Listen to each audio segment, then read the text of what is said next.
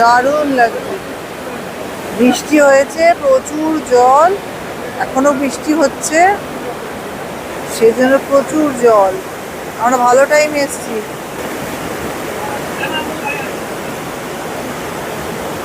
কথিত আছে যে ভীম গদা দিয়ে আঘাত করে এই স্থানে জলের উৎসটা তৈরি করেছিল, সেই থেকে এই জায়গাটার নাম ভীমকুণ্ড।